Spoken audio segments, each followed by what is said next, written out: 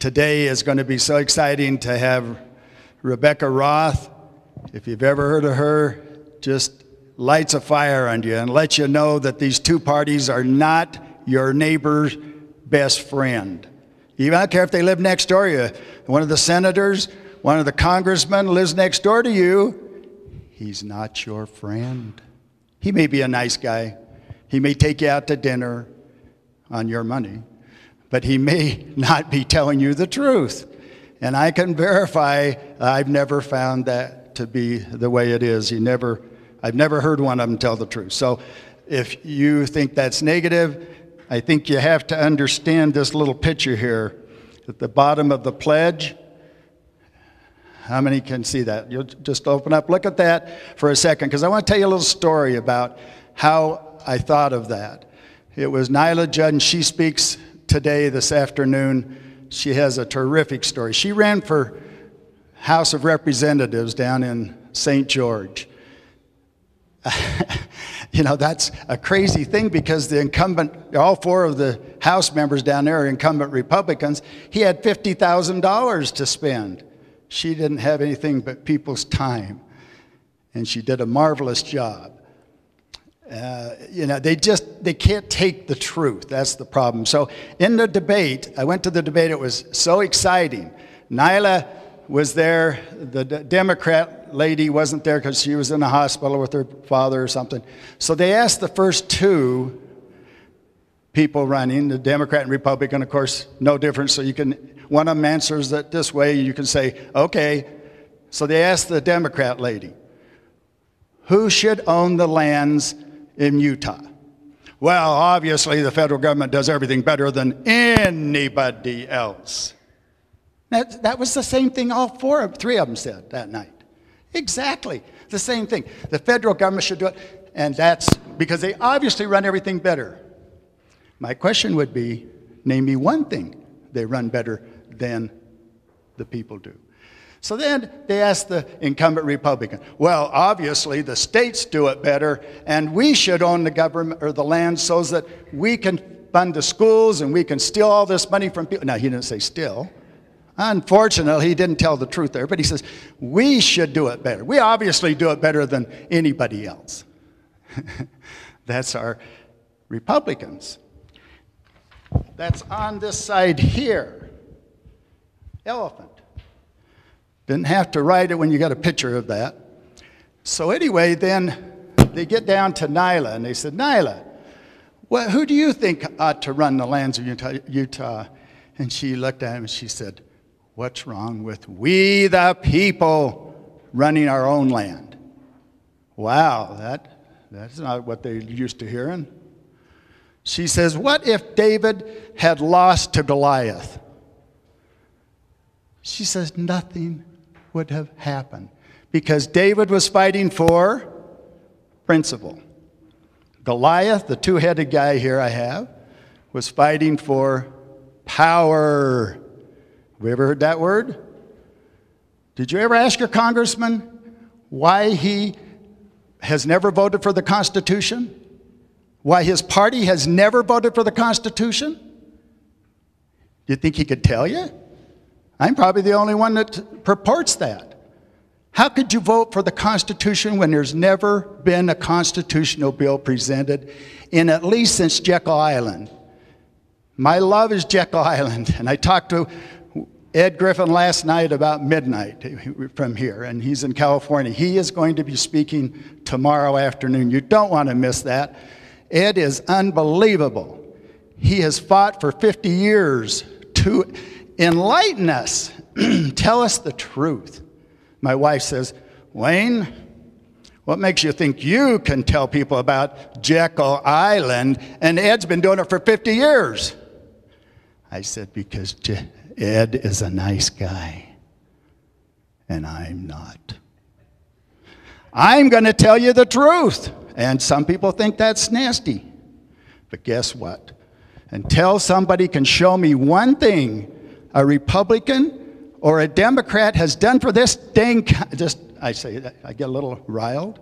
I've even had the police called on me at city council meetings in Provo many years ago because my voice goes up a few octaves. and I don't say it nicely.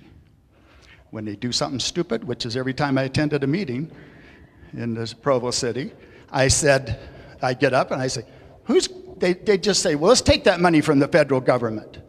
I would stand up and say, what are you going to do with it? Well, they're giving us $120,000 if we put in 40. And every one of them raised their hand. Not one of them asked how you had to pay it back, what the strings were, nothing. I stood up. I said, what's going to happen to that money? Nobody even cares. And he says, what's your name and what's your address? I said, you know my name, you know my address. And I sat back down. But that's the way they run government. Local governments are the same thing, folks. I asked our mayor, who came in and took over from what I would say was not our best mayor, and I know we had a best mayor. But anyway, he took over, and I called him up and I said, Mr. Mayor, can you tell me why, when we were voted the number 3 most livable city in America under the old mayor, why you would come in and immediately hire 10 new policemen? I said, didn't that give them the wrong message that this isn't really the most livable place if you've got to have 10 more cops? And he on the phone, he said, we hired 10 policemen. It cost us about $1 million for all 10 of those guys, $100,000 to train them, feed them, bathe them, whatever else they'd have to do to them. And he says, we get $10 million out of those 10 policemen. Cost us $1 million. We make $9 million. How did they do that? Isn't that fun? Isn't that neat? You can be a public servant and you can rip the people you're doing off for $10 million and you can justify it. Well, anyway, I come up with it. I get back to Nyla. So Nyla stands up and says, nothing would have changed if David had been defeated. Because he was fighting for principle. Goliath was fighting for power. He wanted everybody to be in his service, right? He didn't want anybody having any freedom. Who is Goliath today? Have any? Yeah. I guess the money would take those 10 police officers, they would get tickets and fines. Yeah, exactly.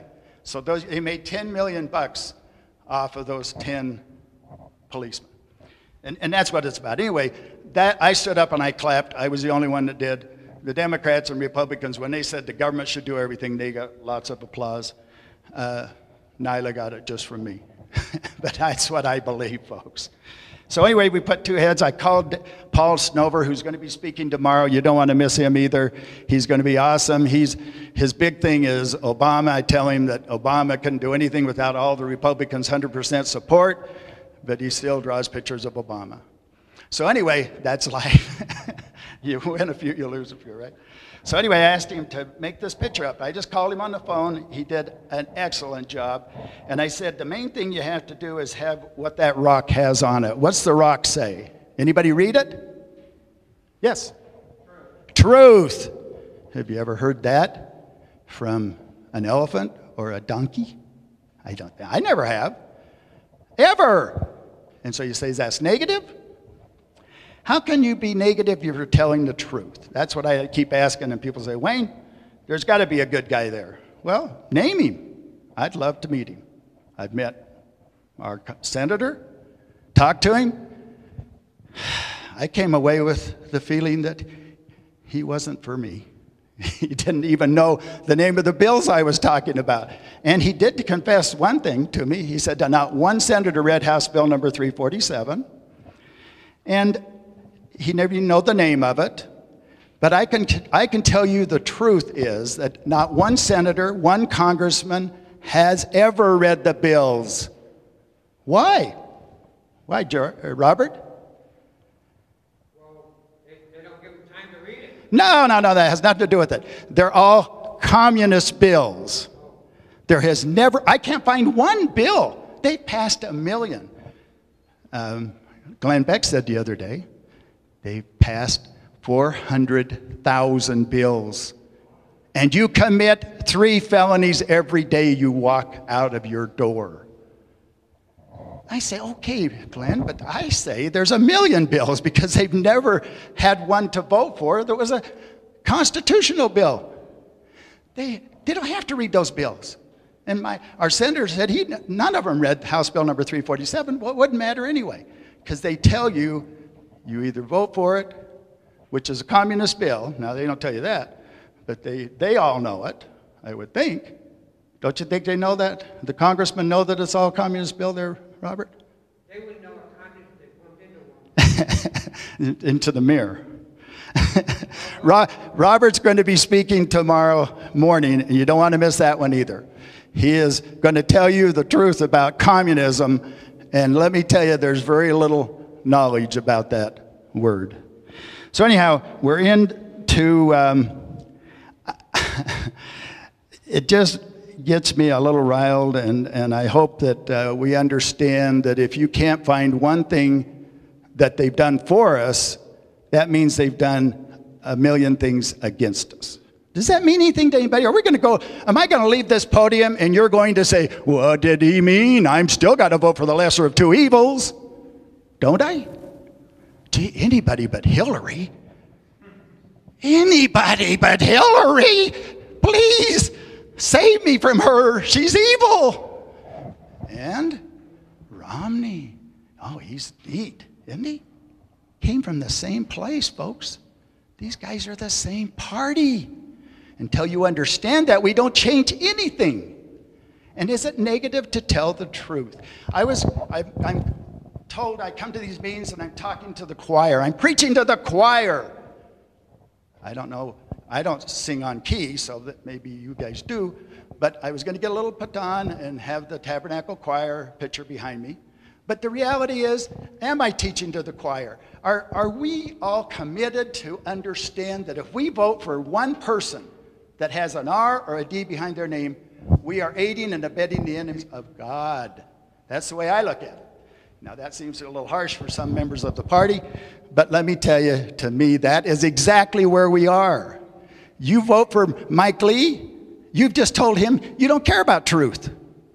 If you vote for the guy on the corner who's going to run for commissioner or something, that means you don't care what he does, because his party will never let him do anything positive for you and I. And I could go into the meters, the smart meters. Let me tell you, I've got them recorded. I have more stuff on this than you can imagine. I have stacks of papers for each one of these meetings. I do all this, and then they only give me 15, 20 minutes to do it, which you're fortunate for you. But I have all these things that we could go over. I'm saying that we need to get on board with truth. That rock that hits the two of them in the head, it comes off of there. We need to understand they have done not one thing for us. And you're never going to hear anybody say it as me, but I've ran 3 times for Congress. Each time I said, get rid of the Federal Reserve. That, folks, is the worst thing ever. It was created on Jekyll Island, and I say, Jekyll Island, and people say, what's that? What's Jekyll Island? I never heard of Jekyll Island. Oh, you never heard of it. That's why you've never heard of truth.